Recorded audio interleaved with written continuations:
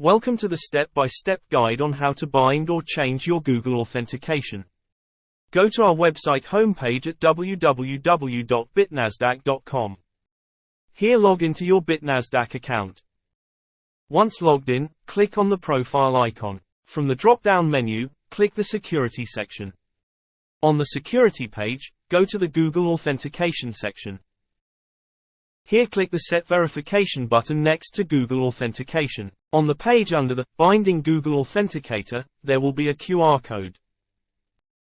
So now, scan that QR code with your Google Authenticator app. Once scanned, add the code from your Authenticator app into the prompt. Here you also have to confirm your 2FA, and get code for your registered email. Enter the code sent to your registered email address.